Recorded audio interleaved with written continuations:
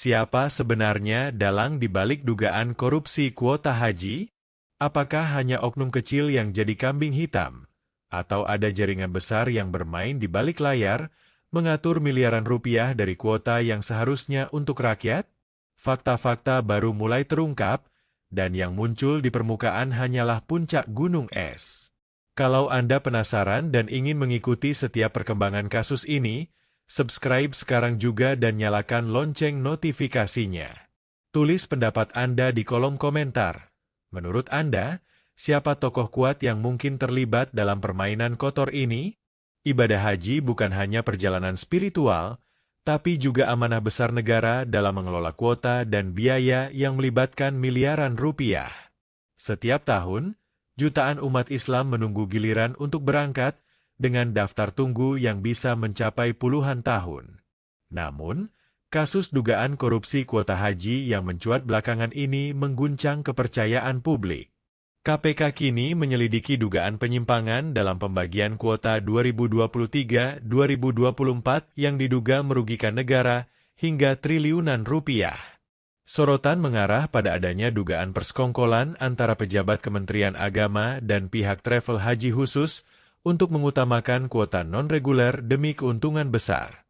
Kasus ini bukan sekadar soal uang, melainkan soal keadilan bagi jutaan calon jemaah yang telah menabung seumur hidup. Publik menanti transparansi penuh, sementara KPK bergerak cepat dengan status penyidikan yang sudah dinaikkan. Pertanyaannya kini, seberapa dalam praktik ini terjadi, dan siapa saja yang akan dimintai pertanggungjawaban? Kasus ini bermula dari kejanggalan pembagian kuota haji 2023-2024. Sesuai aturan, 92% kuota diberikan untuk haji reguler dan 8% untuk haji khusus. Namun, muncul laporan bahwa pembagian berubah secara drastis hingga 50-50 tanpa dasar hukum yang jelas. Perubahan ini diduga menguntungkan travel haji khusus yang mematok biaya hingga ratusan juta rupiah per jemaah. Pada awal 2024, laporan masyarakat masuk ke KPK. Setelah verifikasi, KPK meningkatkan status dari penyelidikan ke penyidikan. Nama Menteri Agama Yakut Khalil Qomas disebut-sebut dalam proses ini, meski ia membantah keterlibatan langsung. Pemanggilan saksi pun dilakukan, termasuk pejabat kementerian dan pelaku usaha travel. Kejanggalan lain adalah adanya surat edaran internal yang mengarahkan alokasi kuota ke pihak tertentu. Dalam beberapa bulan, kasus ini berkembang menjadi salah satu isu nasional yang menyita perhatian publik. Aturan resmi pembagian kuota haji mengacu pada MOU antara pemerintah Indonesia dan Arab Saudi, 92% reguler, 8% khusus. Namun, dokumen investigasi mengungkap adanya perubahan mendadak menjadi 50-50. Perubahan ini tidak tercatat dalam peraturan resmi dan tidak melalui mekanisme rapat DPR. Dugaan persekongkolan muncul karena sebagian besar kuota khusus tersebut jatuh ke tangan travel yang punya koneksi politik dan pejabat Kemenag. Keuntungan finansial dari haji khusus sangat besar, biaya bisa mencapai Rp 300-500 juta per orang, jauh di atas biaya haji reguler. Ada indikasi bahwa tambahan kuota ini dibeli murah dari pihak tertentu di Saudi lalu dijual kembali dengan harga tinggi. Modus seperti ini mirip dengan kasus-kasus jual beli kuota yang pernah diungkap KPK di sektor lain. Investigasi juga menemukan adanya daftar nama, prioritas yang disisipkan dalam alokasi kuota, termasuk orang-orang berpengaruh. KPK telah menerbitkan surat perintah penyidikan, Sprindik, pada awal 2025. Fokus awal adalah menelusuri aliran dana dan proses distribusi kuota.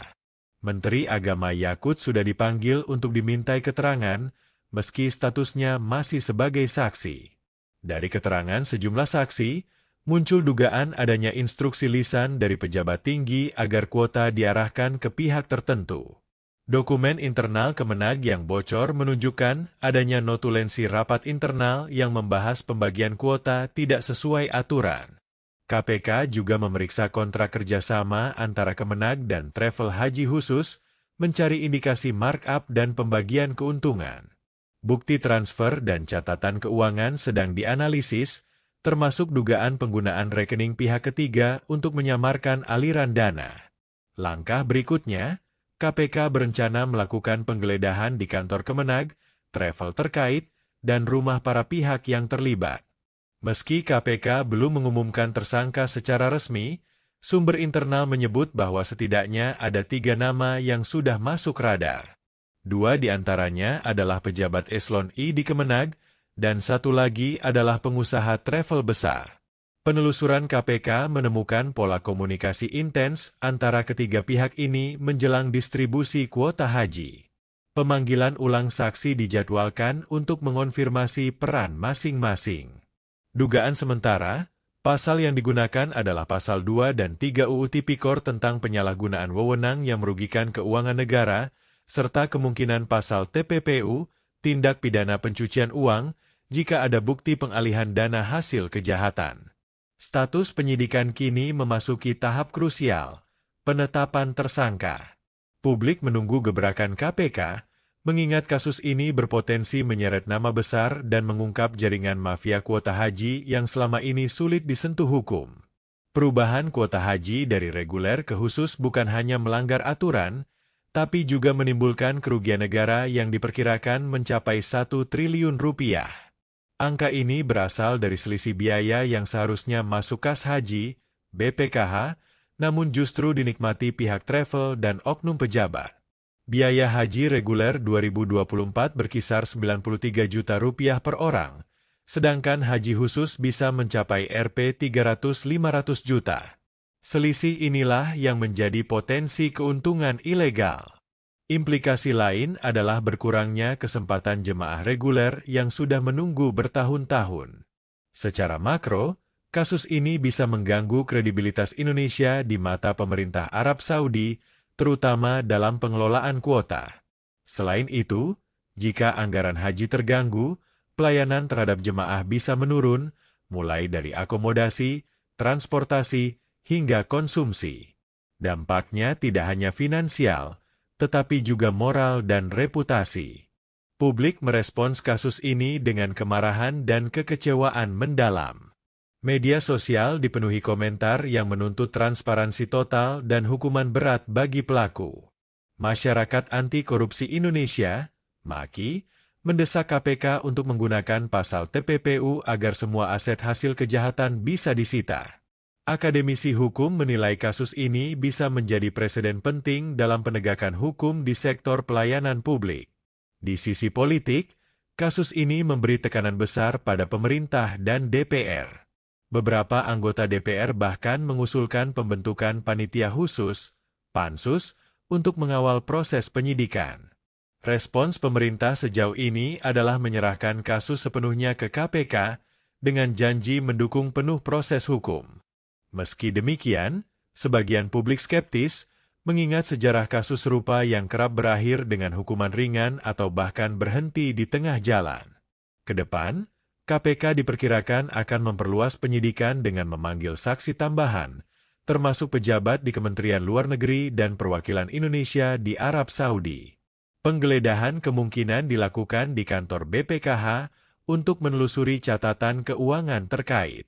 Selain itu, KPK bisa meminta bantuan PPATK untuk melacak transaksi mencurigakan di dalam dan luar negeri. Jika bukti kuat, penetapan tersangka akan diikuti dengan penahanan. Dalam jangka panjang, kasus ini bisa memicu revisi regulasi haji, termasuk pengawasan ketat terhadap kuota dan sistem distribusinya. Ada pula wacana membentuk badan independen khusus yang mengelola kuota, agar tidak terjadi tumpang tindih kepentingan. Transparansi publik menjadi tuntutan utama, misalnya dengan mempublikasikan data kuota secara real-time agar tidak ada ruang untuk manipulasi. Kasus dugaan korupsi kuota haji ini menjadi cermin rapuhnya integritas dalam pengelolaan ibadah yang sakral. Di satu sisi, jutaan calon jemaah menabung seumur hidup demi berangkat haji. Di sisi lain, ada pihak yang memanfaatkan kewenangan untuk meraih keuntungan pribadi. Transparansi, akuntabilitas, dan penegakan hukum tanpa pandang bulu adalah kunci untuk mengembalikan kepercayaan publik. KPK memiliki peluang besar untuk membuktikan bahwa hukum masih bisa berjalan adil, bahkan jika menyentuh pejabat tinggi.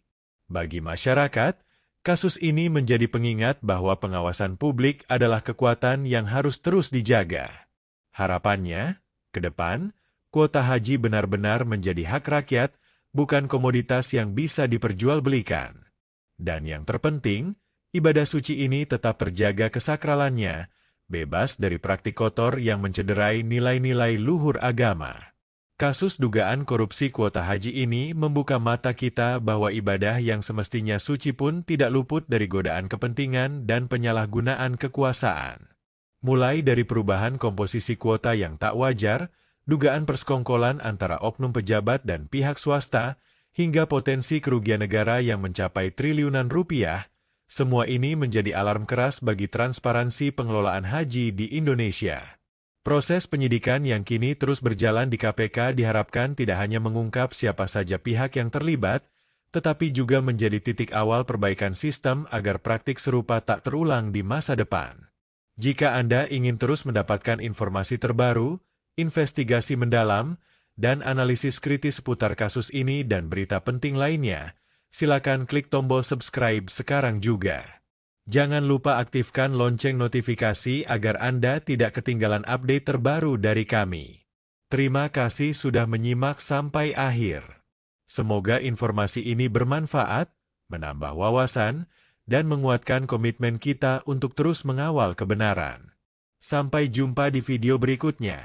Tetap sehat, tetap kritis, dan selalu junjung tinggi integritas. Wassalamualaikum warahmatullahi wabarakatuh.